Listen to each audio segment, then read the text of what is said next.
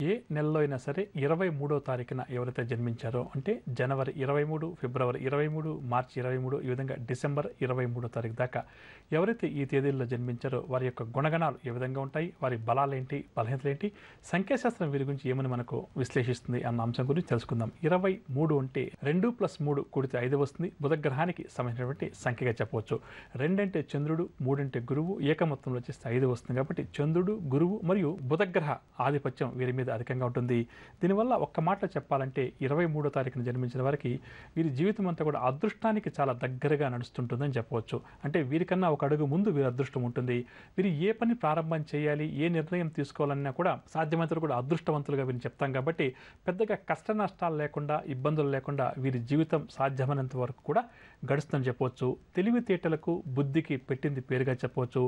క్షణాల్లో నిర్ణయం తీసుకోవడం, క్షణాల్లో దాన్ని అమలు చేయడం, ఏదైనా ఒక విషయం చెప్పగానే వెంటనే అందులో లోతుగా దాన్ని అధ్యయనం చేసి అందులో ఉన్నటువంటి మంచి చెడులను గుర్తించేటువంటి శక్తి వీరికి భగవంతుడు స్వతహాగా ఇచ్చి ఉంటాడని చెప్పవచ్చు. కాబట్టి ఎటువంటి సమస్య ఉన్నా, ఎటువంటి ఇబ్బంది కలిగినా వెంటనే వారు ఏం చేస్తారంటే దాని నుంచి బయటపడే పని చేస్తారు. అదేవిధంగా ఏదైనా ఒక పని చెప్పగానే వెంటనే దాన్ని నేర్చుకునేటువంటి తత్వం కూడా వీరికి చిన్నప్పటి నుంచి అధికంగా ఉంటుంది. కాబట్టి 23వ తారీఖున జన్మించిన వారి జీవితం అంతా కూడా చాలా వరకు కూడా వారి జీవితం అదృష్టానికి దగ్గరగా నడుస్తుందని చెప్పవచ్చు. అంటే ఇక్కడ కేవలం పుట్టిన తేదీని అనుసరించి చెప్తాను. మిగతా పుట్టిన తేదీ సంఖ్య టోటల్ చేస్తే వచ్చే డెస్టినీ నెంబర్ అంటాం కదా, అవన్నీ ఇక్కడ వేరే విషయం. కేవలం నేను మన పుట్టిన తేదీని అనుసరించి మాత్రమే చెప్తున్నాను. కాబట్టి ఈ విషయాన్ని మన ప్రేక్షకులు గమనించాలి. ఇక అదేవిధంగా ఆత్మవిశ్వాసం, తెలివితేటలు రెండూ కూడా అధికంగా కలిగిన వ్యక్తులుగా చెప్పవచ్చు. ఇక మంచి పేరు ప్రఖ్యాతులు సంపాదిస్తారు, కీర్తిని కూడా గడిస్తారని చెప్పవచ్చు. ప్రపంచ జ్ఞానం కలిగిన వ్యక్తులుగా చెప్పవచ్చు. ఎందుకంటే ఏదైనా ఒక విషయం నేర్చుకోవాలంటే వీరు చాలా వెంటనే నేర్చుకోగలుగుతారు. క్విక్ లెర్నింగ్ అంటాం కదా, ఇది వీరికి కాస్త అధికంగా ఉంటుంది. దీనివల్ల వీరి మాటలకు, చేతలకు 10 మంది వ్యక్తులు కూడా ఆకర్షితులవుతారని చెప్పొచ్చు.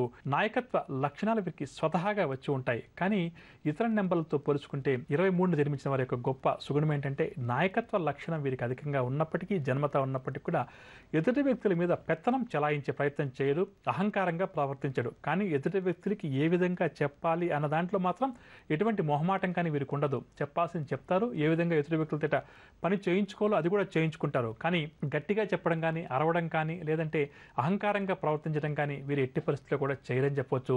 చెప్పాల్సింది ముక్కుసూటిగా ఎదుటి వ్యక్తులకు అర్థమయ్యేలా 3 ముక్కల్లో చెప్పగలుగుతారు. దీనివల్ల ఏమవుతుంటే ఎదుటి వ్యక్తులు ఎప్పుడు కూడా వీరిని అపార్థం చేసుకునే అవకాశం ఇవ్వరని చెప్పవచ్చు. మిగిలిన సంఖ్యల్లో నాయకత్వ లక్షణాలు కలిగి ఉన్నప్పటికీ కూడా కొంచెం అహంకార ధోరణి వారిలో కనిపిస్తుంది, ఆవేశం కనిపిస్తుంది. కానీ 23వ తారీఖున జన్మించిన వారిలో ఈ రెండు మచ్చుకు కూడా కనిపించదు. అహంకారం ఉంటే కూడా అవి లోపల ఉంటుంది, కోపం ఉంటే కూడా వాటిని లోపలనే దాచిపెట్టుకుంటే తప్పితే బయటకు మాత్రం ఎట్టి పరిస్థితుల్లో కూడా కనపడినవారు. ఎప్పుడు కూడా చిరునవ్వుతో మాట్లాడతారు. కానీ నాయకత్వ లక్షణాలు కాస్త అధికంగా ఉండడం చేత 23వ తారీఖున జన్మించిన వారు ఎవరికి ఏ పని అప్పగించాలి అన్న విషయంలో మాత్రం వీరిని నిష్ఠాతులుగా చెప్పవచ్చు. అంటే ఒక ఆఫీస్కి మేనేజర్గా కానీ, ఒక బాస్గా కానీ ఉన్నారనుకుందాం. ఒక కార్యక్రమాన్ని పూర్తి చేయాలనుకుందాం. ఏదో ఒక ఈవెంట్ వచ్చింది. దాంట్లో వీరు వెంటనే ఏం చేస్తారంటే ఒక్కొక్క తన దగ్గర పనిచేసేటువంటి ఎంప్లాయీ యొక్క గుణగణాలు పరిశీలించి ఏ వ్యక్తికి ఏ పని అప్పగిస్తే అతను సులువుగా చేయగలుగుతాడు అన్న విషయంలో ఇతను వెంటనే నిర్ణయం తీసుకుని ఆ విధంగా వర్క్ను డిస్ట్రిబ్యూట్ చేస్తాడు. దీనివల్ల ఏమవుతుందంటే ఆ పని చేసేవారు సులువుగా చేయగలుగుతారు. మొత్తం మీద ఆ సంస్థ విజయం సాధించడానికి అనుకున్న పని అనుకున్న సమయంలో పూర్తి చేయడానికి కూడా చక్కగా ఉపయోగపడుతుంది. దీనివల్ల ఏంటంటే వీరికి సంఘంలో కానీ, ఇంటా బయట కానీ, లేదా వీరికి పై స్థాయి అధికారులు ఎవరైతే ఉన్నారో వారిని ఎక్కువగా ఇష్టపడడం, తద్వారా వీరికి పదోన్నతులు లాంటివి ఎక్కువగా రావడం కాస్త అధికంగా చూడవచ్చు. ప్రజా సంబంధమైన పనులు చేసి డబ్బును, పేరు ప్రఖ్యాతులు రెండూ కూడా వీరు ఎక్కువగా కూడా సంపాదించుకుంటారని చెప్పొచ్చు. జ్ఞాన దృష్టి అధికంగా ఉంటుంది, జ్ఞాపక శక్తి కూడా వీరికి అధికంగా ఉంటుంది. ఏదైనా ఒక్కసారి చదివింది కానీ, ఒక్కసారి చెప్పింది కానీ వీరి జీవితాంతం కూడా దాన్ని గుర్తుపెట్టుకుంటారు. ఇక దాన ధర్మాల విషయానికి వస్తే కూడా వీరికి మంచి ఆసక్తి కలిగి తమ సంపాదనలో ఎంతో కొంత దాన ధర్మాలకు ఉపయోగించాలి అన్న వైపుగా వీరి ఆలోచన విధానం కొనసాగుతుందని చెప్పొచ్చు.